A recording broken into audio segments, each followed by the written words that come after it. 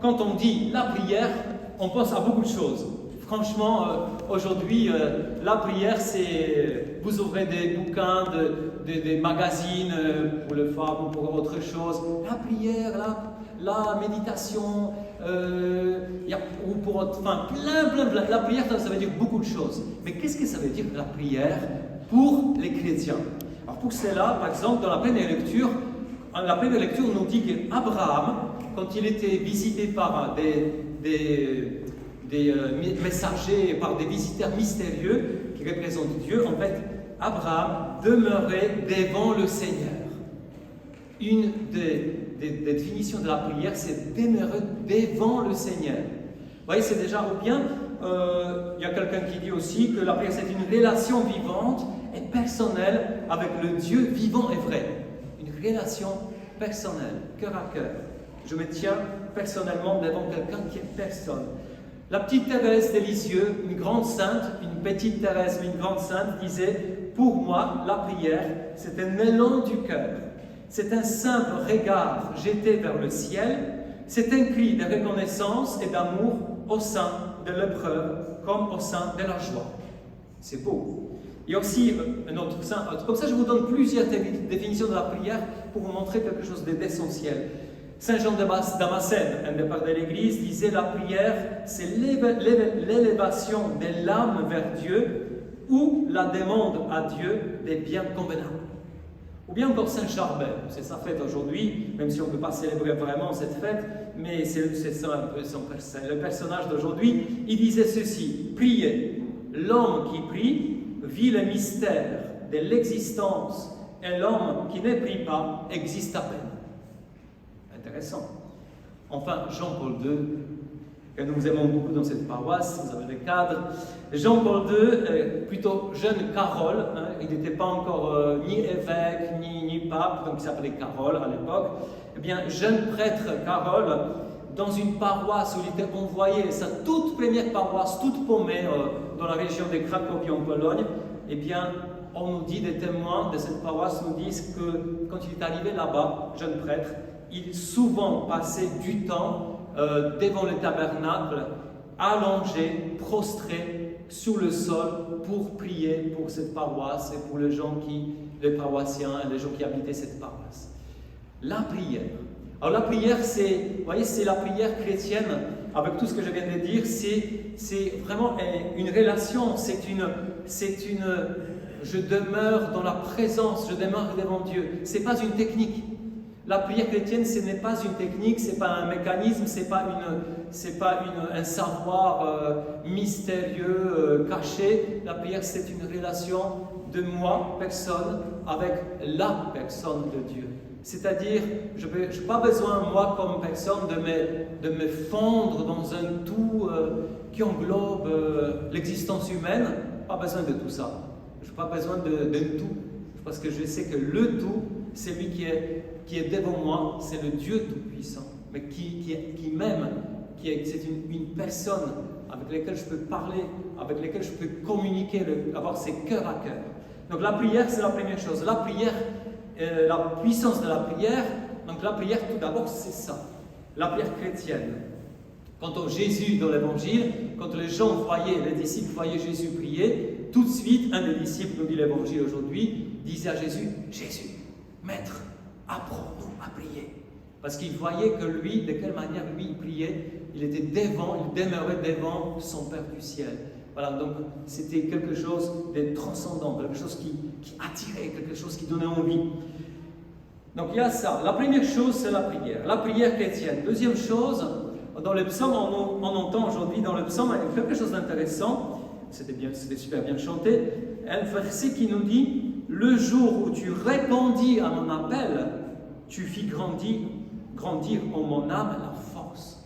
En fait, la prière qui est exaucée par Dieu, fait grandir en nous une force incroyable. Un petit exemple, j'ai rencontré cette semaine quelqu'un qui, malheureusement, qui a vécu une épreuve de la santé, quelqu'un que je connais bien, qui m'a dit: écoute, le médecin que je viens de voir, un cardiologue m'a diagnostiqué, m'a annoncé que j'ai seulement 52% de mon cœur. de mes capacités du cœur, c'est-à-dire que j'ai perdu 48%, et ben je peur. Je peur qu'est-ce que ça va arriver parce que cette personne n'a pas encore 50 ans. Eh bien, probablement j'ai eu un petit problème que je n'étais pas conscient, mais en fait, mon cœur fonctionne à moitié. Et j'ai peur pour moi, pour ma famille, pour ma femme. Et du coup, je lui dis, écoute, je ne sais pas, vas-y, continue à faire des recherches avec des médecins, mais de mon côté, nous, on va prier pour toi. Et là, il y a 2 jours, sa femme vient de me contacter en me disant, incroyable, on ne sait pas pourquoi, mais mon mari, il a vu encore récemment 2 cardiologues différents qui ont annoncé qu'il a 75% de son cœur. C'est-à-dire qu'on dirait que c'est presque normal pour son âge. Vous voyez, ça, je fais tout de suite, j'ai appelé cet homme, je lui ai dit, écoute, je ne sais pas ce que tu vis toi, mais en tout cas, je t'ai fait un petit conseil, quand même, remercie le bon Dieu pour cela. Bon. Vous voyez, c'est la puissance de la prière. Ce n'est pas parce que moi ou quelqu'un d'autre a une puissance particulière, tout simplement, ça s'appelle la puissance de la prière chrétienne. C'est la puissance à laquelle Jésus nous invite de croire en cela. Une prière a une puissance particulière quand on prie vraiment le cœur de Jésus, quand on le prie. Donc, le jour où tu répondis à mon appel, tu fis grandir en moi, en mon âme, la force. Parce que quand on vit un exaucement, quand on voit un exaucement de la prière, ça nous fortifie. Mais il y a aussi le contraire. Parfois, quand on prie, et on prie, et on prie, et on prie, ça dure longtemps, et on ne voit pas l'exaucement, on vit une épreuve de non-exaucement. On dit autrement, c'est un drame de la prière qu'on peut vivre, c'est-à-dire que c'est une épreuve de la foi en la fidélité en Dieu. C'est-à-dire, je prie, et après on se dit, mais est-ce que Dieu, franchement, m'écoute? Est-ce que je fais quelque chose de mal? Parfois, Dieu exauce assez vite, mais parfois, il faut persévérer. Ça, c'est la vie d'Abraham, c'est la vie de beaucoup de saints, c'est la vie aussi de Charpel, comme on fait aujourd'hui.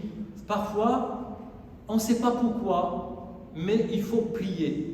Comme on cite cet exemple très souvent de Sainte Monique, la maman de Saint Augustin. Vous connaissez sa vie, j'espère. Sainte Monique, la maman, voyait son fils qui, elle avait la foi. Par contre, son fils qui était brillant, mais par contre rien. En plus, il s'est moqué de sa foi, il s'est moqué de sa maman, de sa naïveté de croire en Jésus, un peu bizarre. Eh bien, elle faisait son job, c'est-à-dire elle priait pendant 14 ans. 14 ans de prière et de larmes parfois pour son fils. En fait, elle priait, elle continuait. Et lui faisait tout le contraire. Une femme, pas mariée, un enfant avec cette femme. Après, il a trouvé une secte, des manichéens. Après, il faisait tout sauf la foi chrétienne. Donc sa maman priait. 14 ans. Au bout de 14 ans, Saint Augustin, qu'est-ce qu'il fait?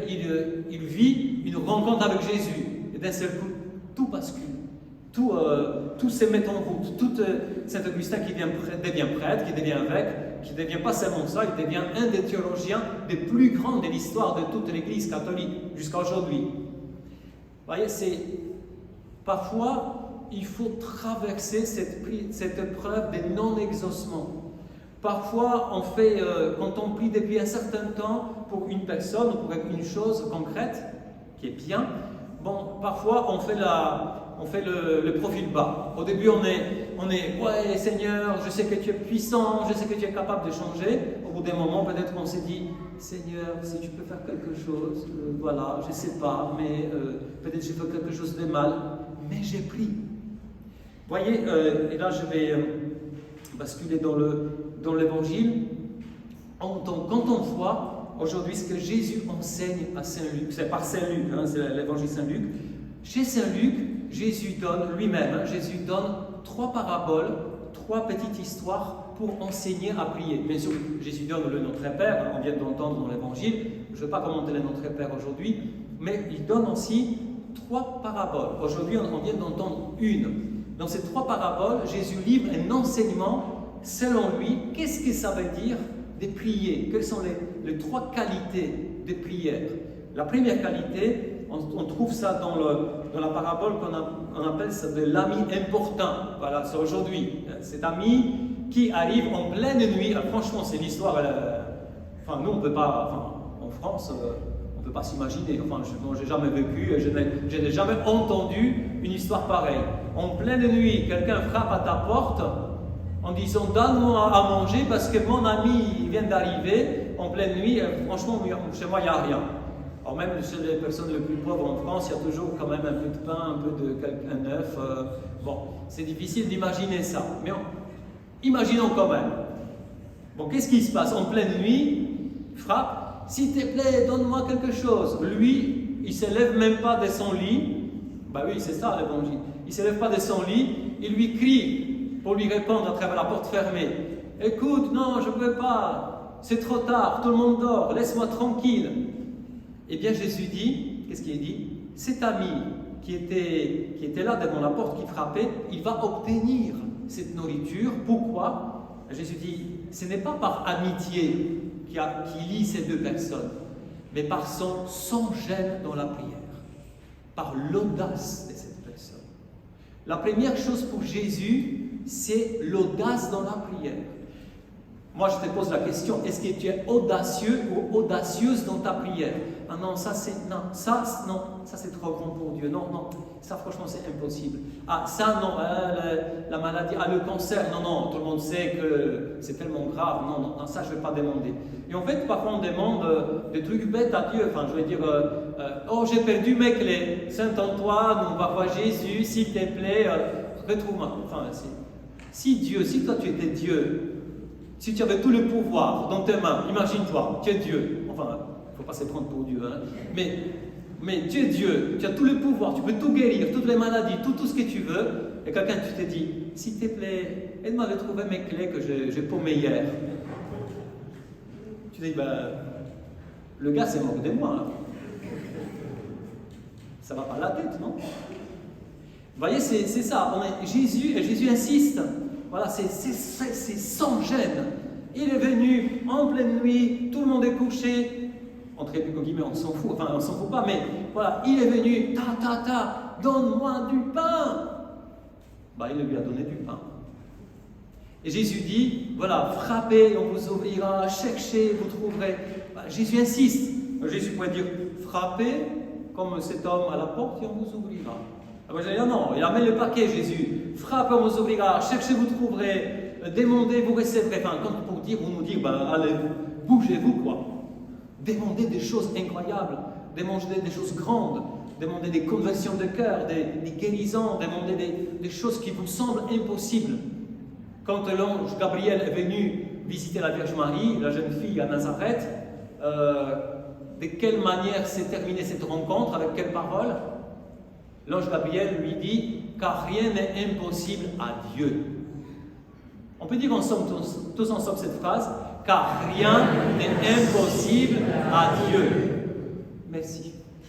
Deuxième qualité de la prière selon Jésus, toujours selon cet évangile, c'est un Luc, mais aujourd'hui on ne l'a pas eu, mais je vous donne, c'est la veuve importune. Donc ça c'était un ami important en pleine nuit. Jésus donne aussi cette image, cette histoire de la veuve importune. Je ne vais pas la citer parce que ça va être trop long, mais dans cette histoire, en fait, si vous pouvez vous souvenir, en fait, Jésus voulait dire que la prière aussi, Jésus dit, l'évangéliste dit, pour résumer cette histoire de la veuve, il dit, Jésus a dit cette histoire pour prier sans se lasser. Ah, ça c'est Sainte Monique et tant d'autres personnes qui prient depuis des années pour la même chose.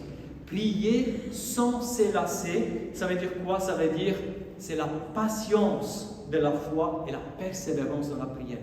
Et ça c'est difficile pour nous. Ça c'est la deuxième chose qui est magnifique, mais qui est difficile pour nous, parce que nous sommes plus que jamais de personnes d'un clic. Vous êtes des personnes d'un clic, et moi aussi. Parce que nous avons nos ordinateurs et nos portables, et quand on veut un truc, on clique. Quelle est la ville la plus dangereuse au monde? Tu poses la question à Monsieur Google. eh bien tu fais clic à la fin et tu as la réponse. Ou bien tu tombes d'autres choses. Ah, quel est le film aujourd'hui, un bon film pour profiter du cinéma Saint-Raphaël? Clic, tu vas sur les sites. Nous sommes tous des personnes d'un clic.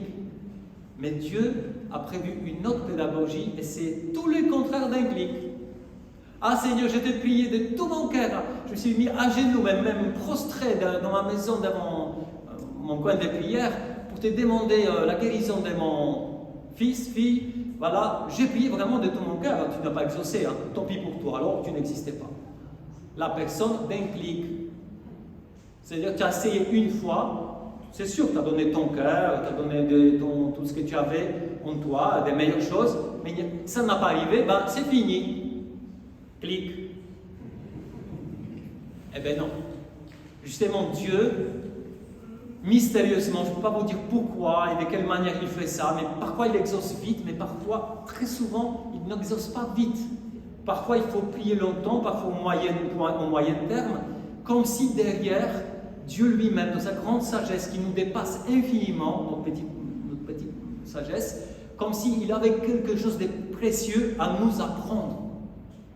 Mais Jésus nous dit encore une fois, la patience dans la foi et la persévérance dans la prière. On va répéter ça.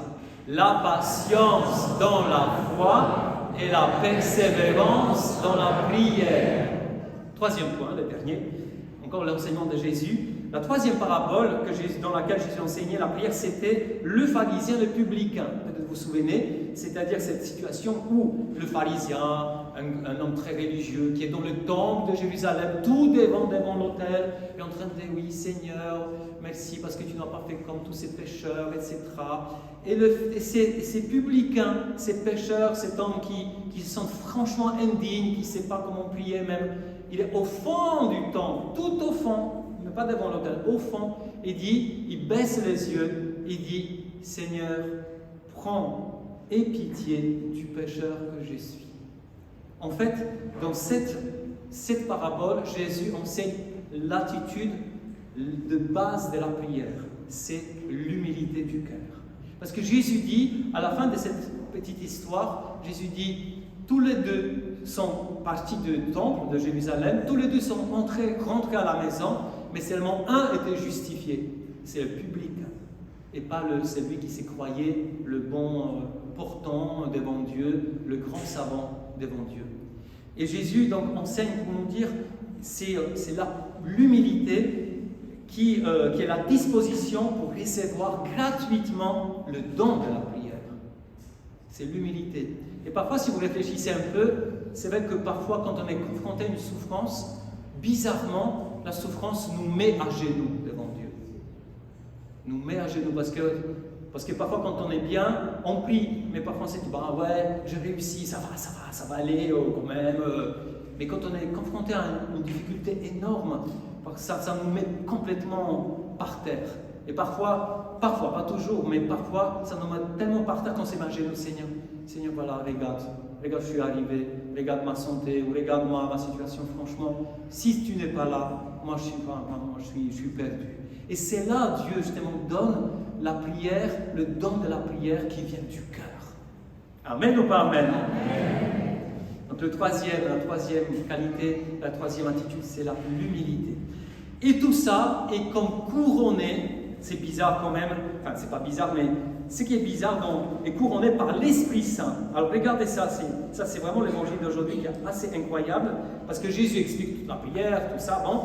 Et à la fin, il dit cette phrase quand même mystérieuse. On s'est dit, mais qu'est-ce qu'il est en train de raconter là? Si donc vous, qui êtes mauvais, vous savez donner des bonnes choses à vos enfants, combien plus le Père du ciel donnera-t-il l'Esprit Saint à ceux qui le lui demandent? On s'est dit, mais pourquoi Jésus, jusqu'à maintenant c'était clair, bon, demander le Notre Père, demander tout ça, mais là, qu'est-ce que ça fait ça ici? Eh bien oui, enfin oui, c'est vrai. Parce que toute prière chrétienne, la vraie, elle est mue, elle est faite, elle est produite par la présence du Saint-Esprit dans nos cœurs. On est conscient parfois on n'est pas conscient. Mais comme si Jésus disait, appuyez le dernier bouton, appuyez sur le fait que si tu veux prier, si tu as du mal à prier, prie avant de te mettre dans la prière, prie un petit coup le Saint-Esprit. Si tu sais bien prier, si tu es déjà à l'aise, prie quand même au début de ta rencontre avec Jésus, avec le Père, avec le Saint-Esprit, avec un saint, prie quand même le Saint-Esprit. Demande au Saint-Esprit d'une manière très simple, que sa présence vienne t'enseigner la prière. Que lui, le Saint-Esprit, peut dire par exemple, Saint-Esprit, guide ma prière, s'il te plaît. Et après, il ne faut pas attendre que d'un seul coup, vous serez visité par une lumière, je suis un mystique, je flotte au-dessus de la terre. C'est pas ça. C'est tout simplement, tu dis au Saint-Esprit, comme s'il était là, parce qu'il est là, tu lui dis, Saint-Esprit, franchement, aide-moi dans ce qui m'attend maintenant, dans ce temps de prière, aide-moi à prier, s'il te plaît, point. Et si nous le faisons, vous allez vous rendre compte, plus tard peut-être, vous allez vous rendre compte que ces temps de prière, quand même, est un tout petit peu différent. Ça coule un peu mieux. Mais pourquoi? Parce que tu as demandé à l'Esprit Saint de t'aider. Et Jésus dit quand même une chose un peu mystérieuse, si donc vous qui êtes mauvais, si vous écoutez cette parole, franchement, je ne suis pas mauvais, je ne suis pas une pourriture quand même, je ne suis pas, je sais pas quel méchant de l'histoire de l'humanité, je ne suis pas mauvais. Bon, je suis une personne normale, j'ai un bon cœur. Mais Jésus dit, si vous donc qui êtes mauvais, vous savez donner les bonnes choses à vos fils, en fait Jésus nous compare avec son Père, avec Dieu. Si vous qui êtes mauvais, combien plus le Père du ciel donnera. Effectivement, si tu compares ton cœur, même s'il est bon parfois pas toujours bon, mais en général il est bon, si tu compares ton cœur avec le cœur du Père du ciel, franchement on paraît non comme des mauvais. Parce que le cœur de Dieu est que bon. Il n'y a que bonté, que lumière, que l'amour. Donc il y a forcément zéro méchanceté dans le cœur de Dieu. Donc vous voyez, c'est pour ça, il ne faut pas prendre Jésus ne nous fait pas de mal en nous disant si, donc vous qui êtes mauvais. Mais ce qui est plus important, c'est le Saint-Esprit, l'Esprit Saint, que l'Esprit Saint nous aide. Même si vous avez du mal, par exemple, vous venez à la messe à Saint-Roch ou ailleurs, vous venez et vous dites oh là là, j'aurai encore des distractions, oh là là, ça va être ennuyant, oh là là, comment je vais vivre cette heure de. Mais prie un coup l'Esprit Saint avant. Le Saint-Esprit, tu as dit par Jésus nous a dit, Dieu nous donnera un autre consolateur, c'est lui qui nous enseignera toutes choses, par exemple. Saint-Esprit, enseigne-moi à vivre la messe, parce que j'ai du mal. Saint-Esprit, aide-moi à vivre ma prière personnelle à la maison. Saint-Esprit, aide-moi à prier le chapelet, parce que j'ai du mal, parce que c'est toujours je vous salue Marie, après le troisième je vous salue Marie, je décroche, mon esprit s'évade, etc., etc. Saint-Esprit, aide-moi à prier. Amen. Amen.